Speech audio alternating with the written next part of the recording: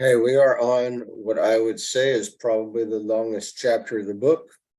So before noon of the next day, all of the parties had arrived.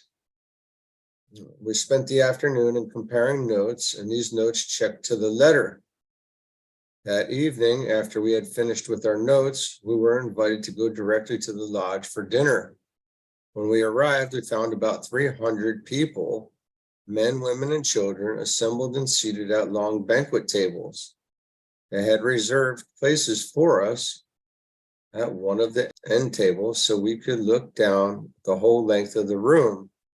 Tables were all covered with beautiful white linen and set with china and silver plate, as for a real banquet, yet there was but one dim light burning in the hall. We had been seated for perhaps 20 minutes.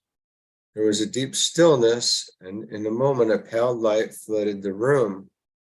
The light grew stronger and stronger until all the room was aglow and everything in the room sparkled as if thousands of incandescent lamps had been cunningly hidden and turned on gradually until all were fully lighted.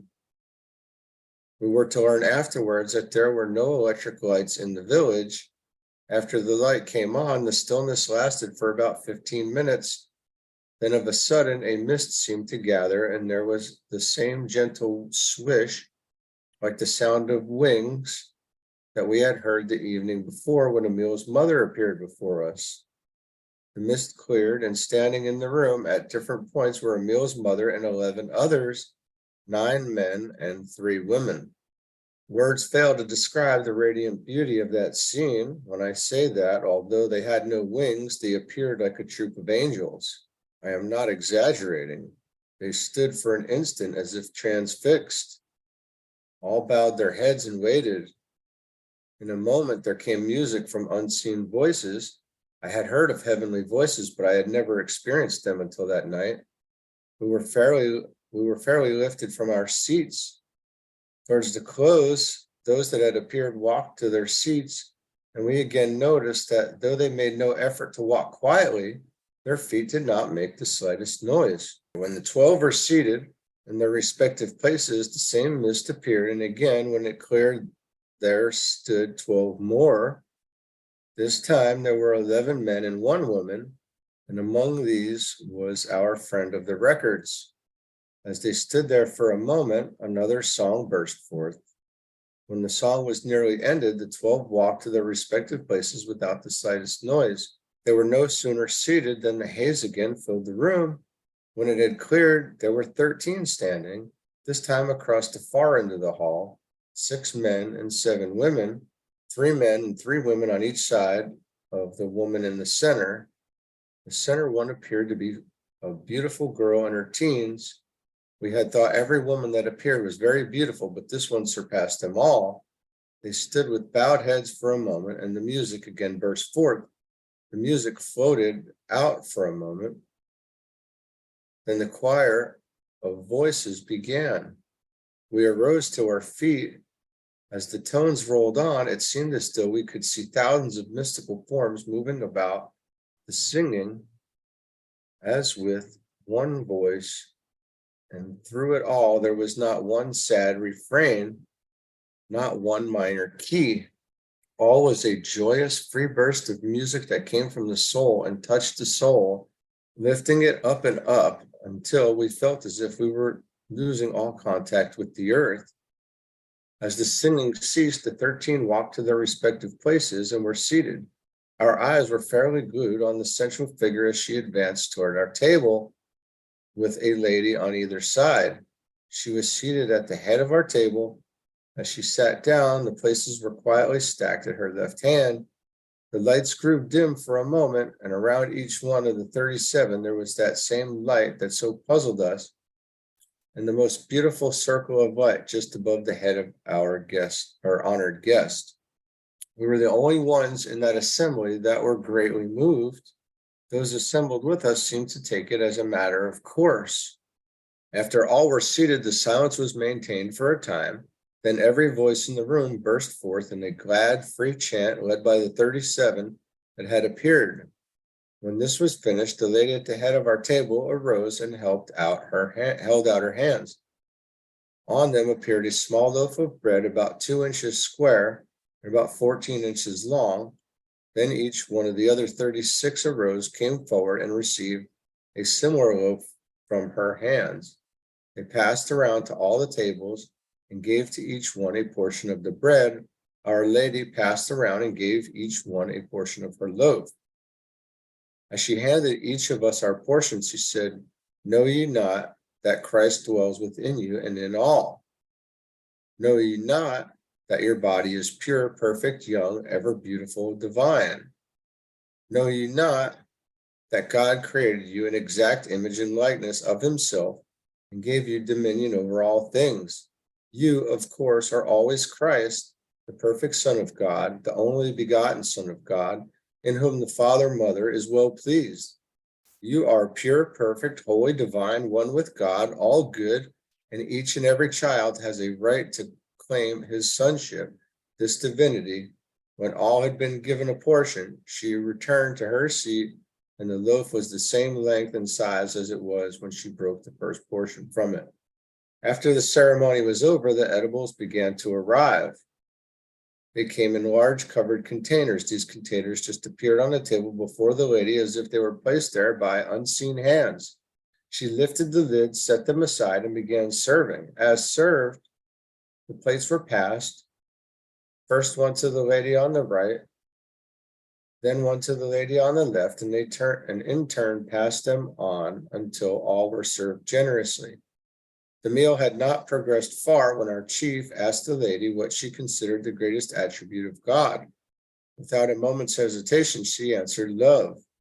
Then she went on to say, "The tree of life is located in the midst of the paradise of God, the very depth of our own soul, and the rich, abundant fruit that grows and ripens to the fullest perfection, the most perfect are life-giving, and the most perfect and life-giving is love.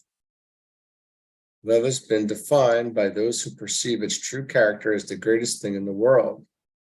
I might add that it is the greatest thing in the world. It is the greatest thing, certainly, in the world. I might add that it is the greatest healing force in the world. Love never fails to meet every demand of the human heart.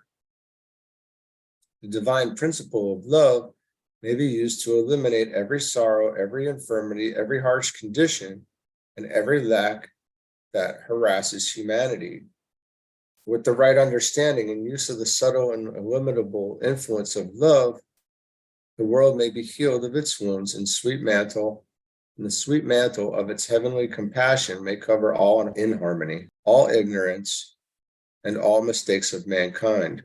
With wings outstretched, love searches out the arid spots of the human heart, the waste places of life, and with seeming magic touch redeems humanity and transforms the world. Love is God, eternal, limitless, changeless, going beyond all visions into infinitude. The end we can only envision. Love fulfills the law of its own, consummates its perfect work, and reveals the Christ within the soul of man. Love is ever seeking an inlet whereby it may flow forth into the soul of man and pour itself out as all good to him. It is not disturbed by man's perversity and discordant thinking. God's eternal, changeless current of love flows ever onward, carrying before it into the great universal sea of forgetfulness every appearance of inharmony or ugliness which disturbs the peace of man. Love is the perfect fruit of the Spirit. It goes forth, binding up the wounds of humanity, drawing nations into closer harmony, and bringing peace and prosperity to the world. It is the very pulse of the world, the heartbeat of the universe. Humanity must be charged with this current of love from the great omnipresent life if it would do the works of Jesus. Does life press heavily upon you? Do you need courage and strength to meet the problems that confront you? Are you sick or afraid? If so, lift your heart and pray to him who leads the way. The imperishable love of God enfolds you. You need not fear. Did he not say, before they call, I will answer, and while they are yet speaking, I will hear? Approach this throne of grace boldly, not as you have thought of beseeching and groveling attitude, but with prayer of understanding faith, knowing that the help you stand in need of is already yours.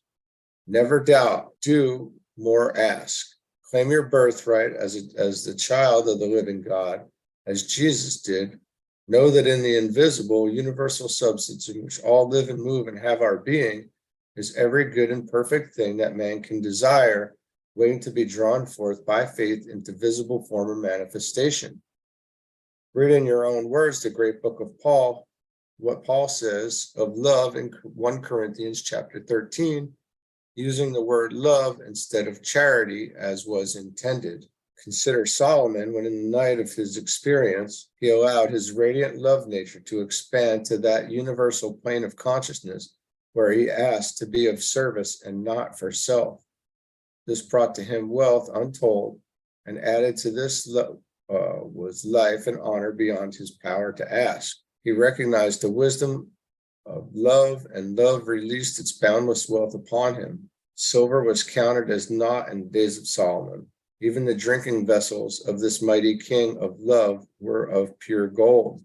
To love is to release God's unlimited storehouse of golden treasure.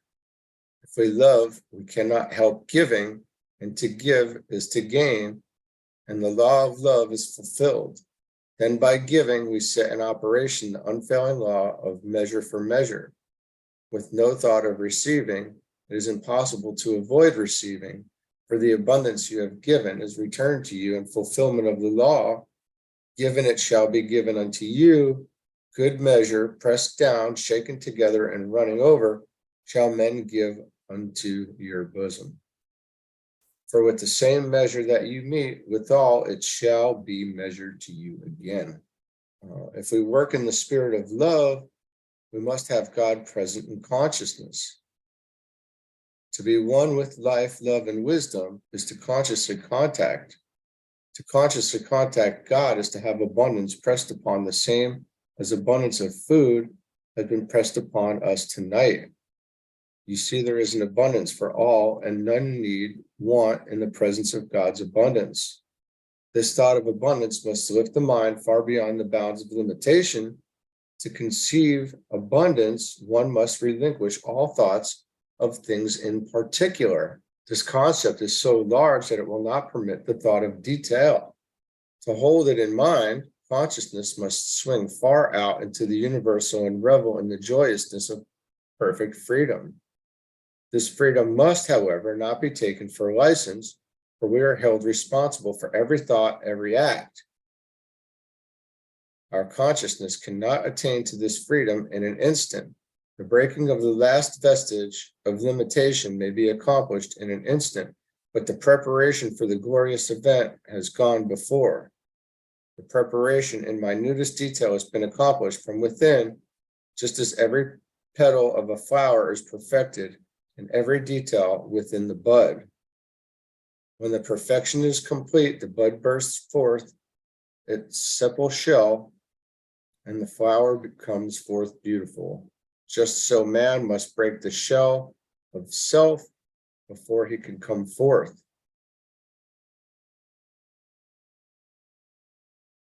God's laws are changeless, the same as they have ever been. While they are immutable, they are beneficent, for they are good. When we live in conformity to them, they become the very foundation stones on which we build our health, our happiness, our peace and poise, our success and attainment. If we abide fully in God's law, no evil can befall us. We do not need to be healed. We are every whit whole.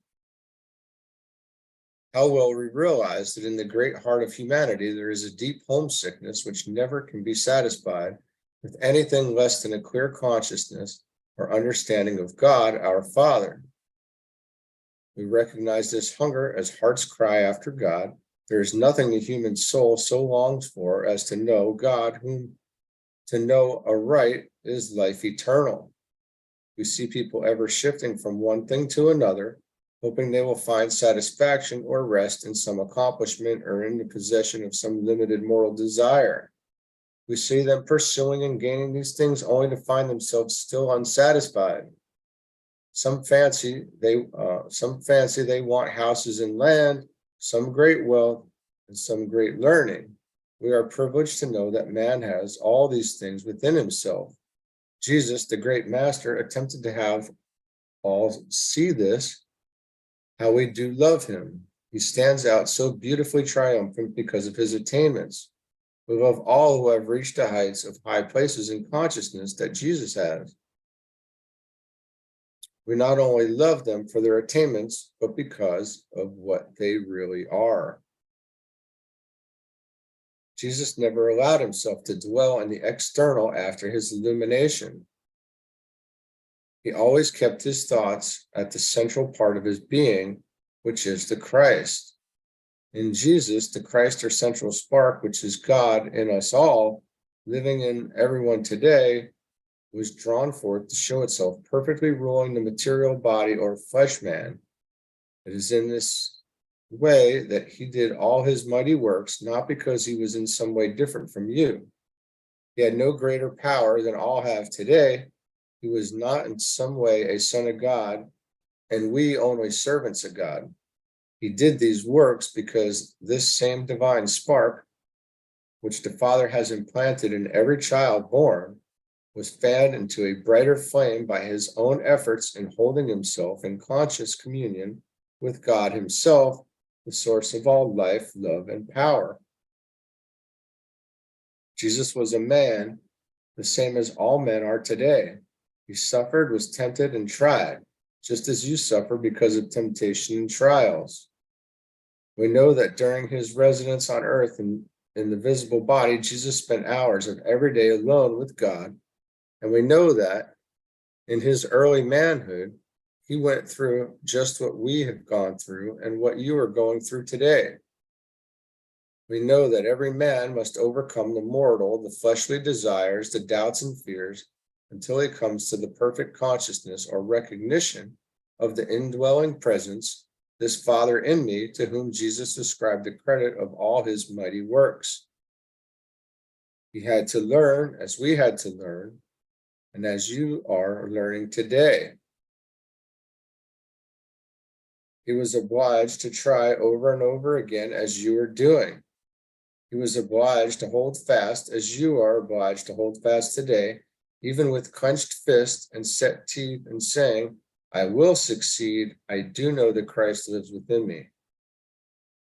We recognize that it was the Christ within which made Jesus what he was and is today, and that the same attainments are for all.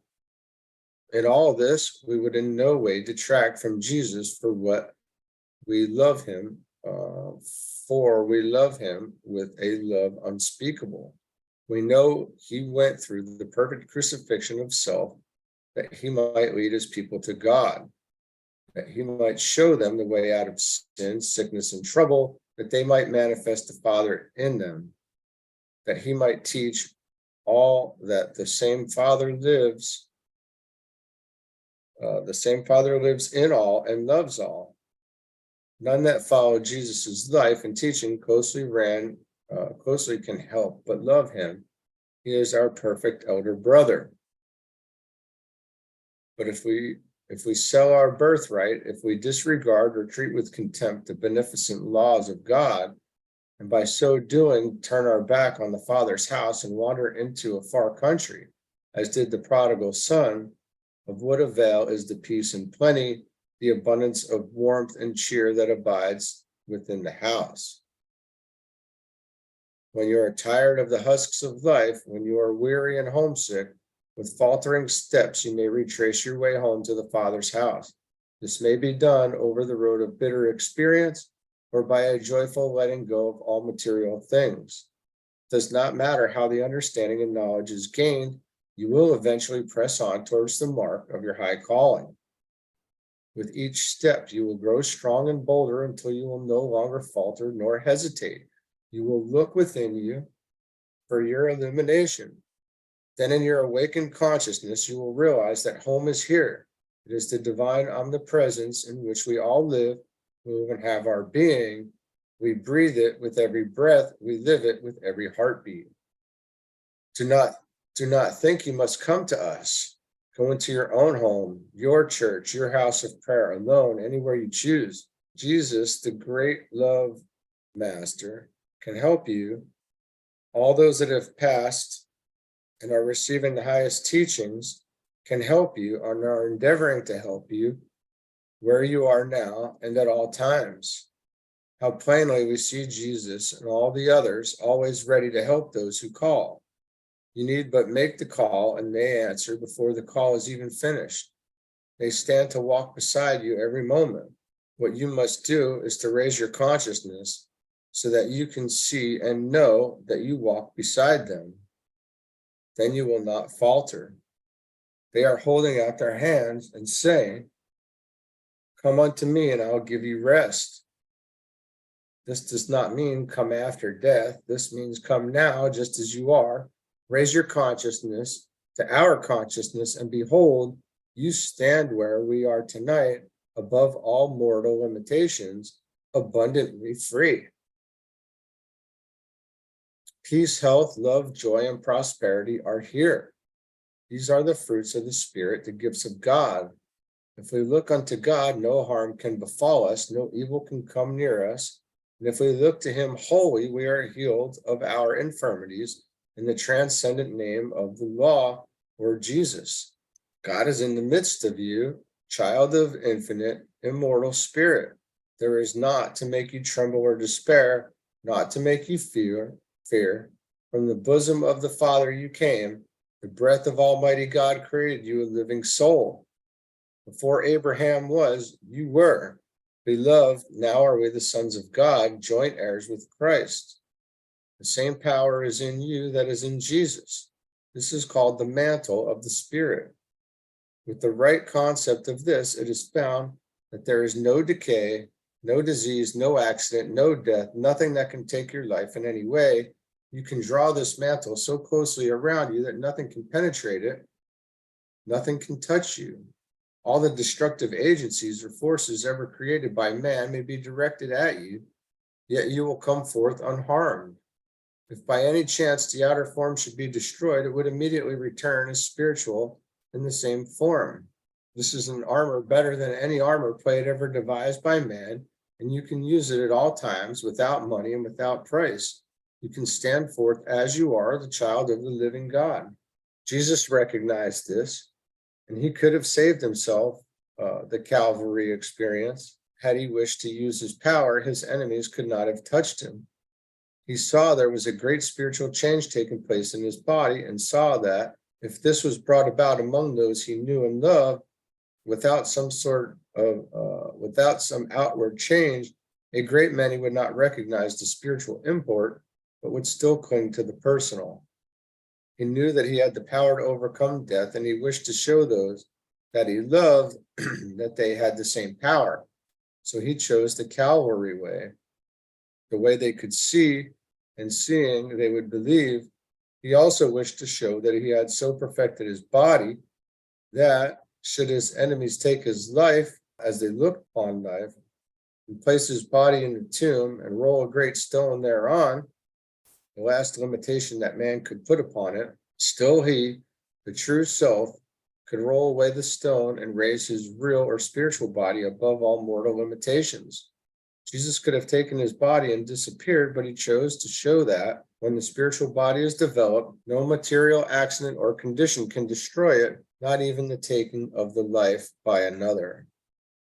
After the crucifixion and ascension, his body was so highly developed spiritually that Jesus was obliged to raise the consciousness of those about him to a plane where they were able to see him, just as we are obliged to raise the consciousness of nearly all those about us tonight.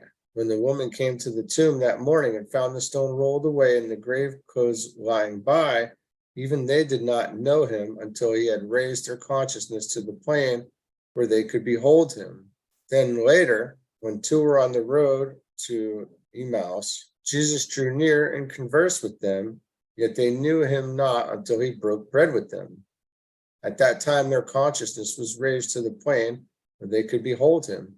Just so, when he appeared to others, he even walked and talked with them, yet they did not recognize him because their consciousness was not functioning on the plane where they could see him. The moment their consciousness did raise or function on the plane with his, they saw him. Then some perceived the spiritual import of actuality. They saw the deep meaning underlying it all. They knew, yet with all this, a great many did not believe in him because they had not yet attained a plane in consciousness where they could see or perceive the underlying spiritual meaning. Then the veil of mystery drawn by man's mortal perception was removed, and the veil of the temple was rent in twain from top to bottom. The consciousness was attained that death had been overcome, and that not only death, but all man-made mortal limitations could and would be overcome by coming up over them or raising our consciousness to the plane on which they can no longer be seen and therefore do not exist. If this consciousness is loved and cherished, it will come forth. This was the revelation that came to Jacob as he lay upon the hard stone of materiality. It was revealed to him that that which is gazed upon is brought forth, and his realization of this released him from his material bondage. It was this which prompted him to put spotted sticks in the cows' drinking water, thus causing them to bring forth spotted offspring. We can so definitely put forth ideal into the formless that it is formed directly from the unformed, that which appears invisible to mortal consciousness. The drinking water of the cows but typifies the mirror through which the image held in mind is reflected to the soul, the innermost, and then conceived and brought forth. It is the same with the friends assembled here tonight. Only a few of the earnest ones perceive, and they go on, unfold, and do the real work of God. Others make a good beginning, but it soon requires too much exertion to surmount the first wall of materiality. They find it much easier to drift with the tide, and they drop out. We have all lived in the visible mortal plane on this earth. In fact, we have never left the earth. We are now invisible only to those that are in mortal consciousness. To those that are on a higher plane of consciousness, we are always visible. Every seed idea placed in the soul becomes a conception and is given thought form in mind, later to be experienced in physical form. Ideas of perfection produce perfection. The reverse is equally true. Just as the sun and the earth produce with equal willingness the mighty tree or the frailest flower, when their respective seeds are planted, so spirit and soul respond to man and that which he desires or that for which he is asked, believing he receives. Those that have passed from the visible through death are manifesting on the same psychic plane as when they left the body, for the mortal mind functions on the psychic plane.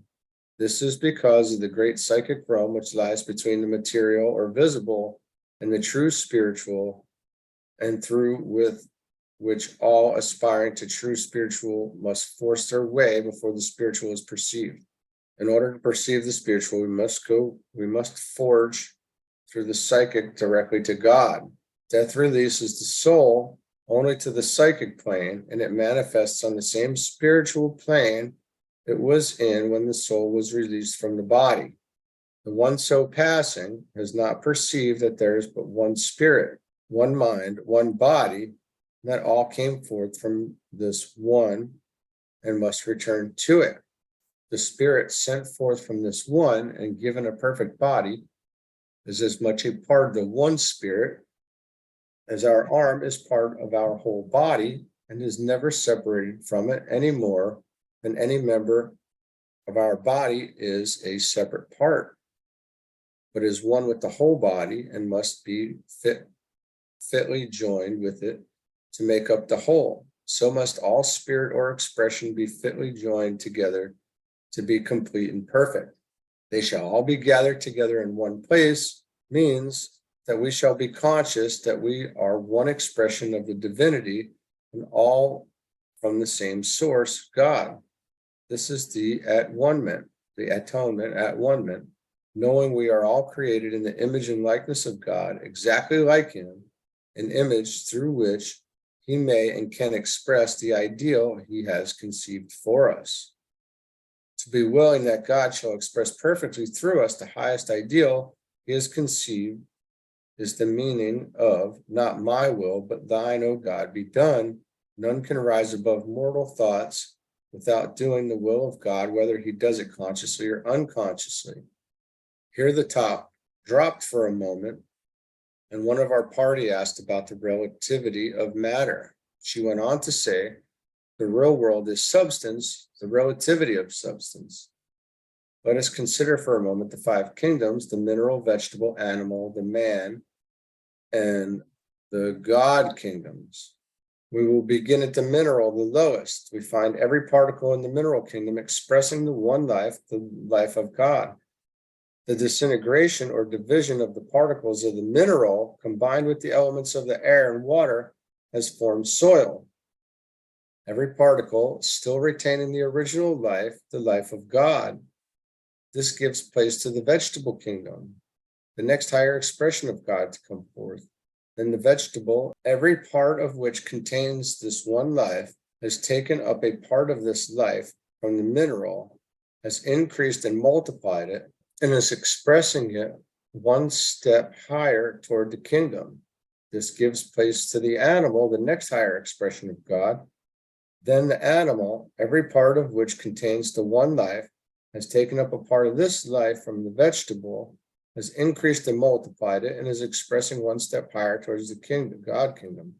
This gives place to the man kingdom, the next higher expression of God. Then the man kingdom, every part of which contains the one life, has taken up a part of this one life from the animal kingdom, and expressing it one step higher, gives place to the God kingdom, the highest expression through man. When man has attained this kingdom, he recognizes that all have come forth from the one source, that all contain the one life, the life of God, and he has gained the mastery over all material things. But we need not pause here, for all is progression. When he arrives here, he will find there are new worlds still to conquer. Now we come to the place where we recognize that all space or magnitude contains the one life, the life of God, that all is from the one source and substance, and all substance becomes relative or related, does it not? Here the talk ended, the dinner was finished, and the room was cleared of tables and chairs. There followed a time of frolic and fun, including dance and song with the music furnished by the invisible choir, and all enjoyed a good time together. The evening finally ended in music and song. The invisible choir became visible, walked among those assembled, and at times floated just above their heads. The final ending was one outburst of music, song, and laughter, with all participating. Taken all together, it was the most impressive scene that we ever witnessed. We were told that if we would become quiet, we could hear the music at all times. But it is only on an occasion like this that the chorus accompanies the music. We tried this a number of times afterward and found that we could hear the music, It was always low and beautifully sweet, but it never had the glad, free ring of that one evening unless there were a number of the masters congregated. We were told that this music is what has been called the angel choir. They call it the Symphony of Souls in Accord. We stopped in this village 3 days, and during that time saw a great deal of our friends. This evening of the third day, they bade us goodbye, and saying they would meet us at our winter quarters, disappeared.